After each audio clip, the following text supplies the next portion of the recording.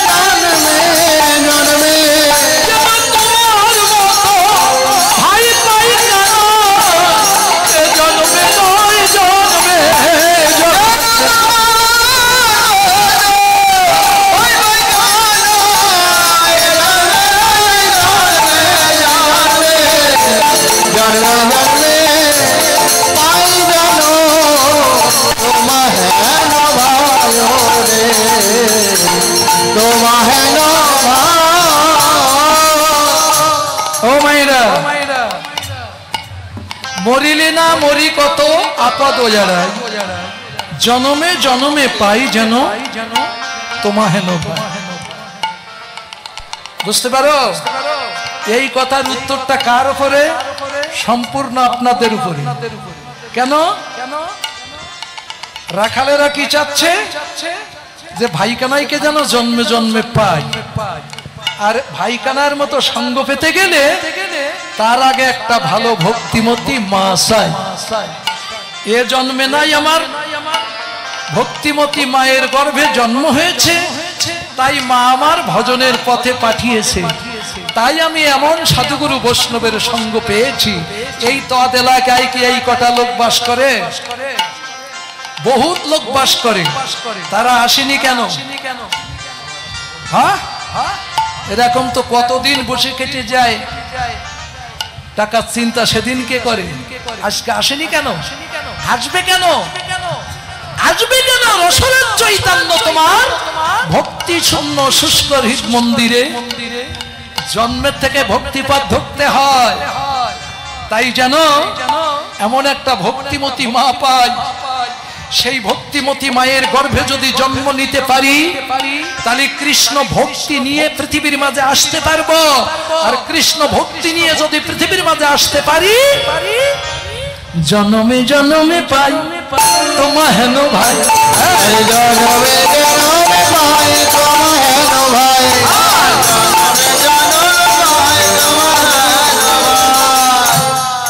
ও মায়েরা বুঝতে গেছে তো?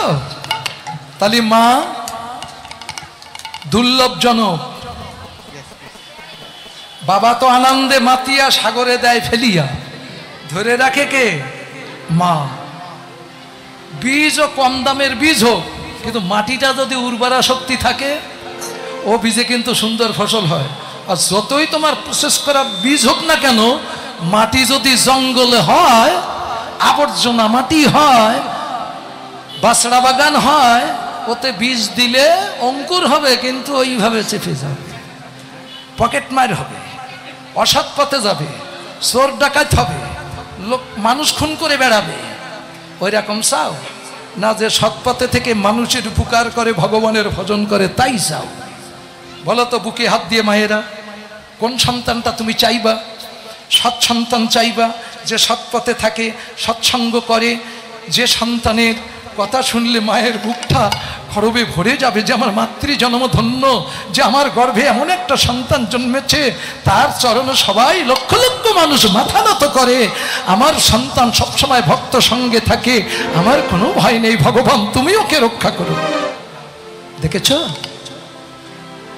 বাস্তব বড় কঠিন। তাহলে এমন একটা মা তোমরা তৈরি হও। এই নর আর নারীর ভিতরে নারী জন্ম ধন্য। কেননা আমরা যে যতই লাটসাইবি করি না কেন, মা ছাড়া পৃথিবীর মাঝে কোনো ব্যক্তি আসতে পারিনি। তাই নারী শিক্ষা আমাদের ছিল না, এখন একটু নারী শিক্ষা হচ্ছে। যেসব কুমারী মেয়েরা এবং এখন বিয়ে হয়েছে, সন্তান হয়নি, সেই সব মায়েদের কাছে আমি করজোড়ে প্রার্থনা করি, তোমরা যদি ভক্তিমতী হও, তাহলে তোমার ভিতরে ভক্ত সন্তানের জন্ম নেবে। আর তুমি যদি ওই ভক্তিমতী না হও, তাহলে তোমার গর্ভে কিন্তু ভক্তের জন্ম হবে না।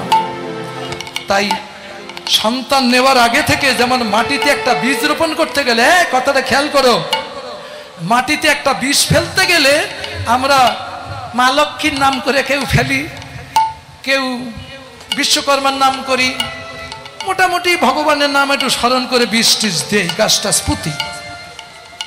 বলুন তো, এ বীজটা যেদিন পুঁতেছিলে, কবার ভগবানের নাম নিয়েছিলে, সেদিন মন মানসিকতা কি ছিল মনে আছে? মনে যাদের নেই, ও তার মনে নিয়েও লাভ নেই।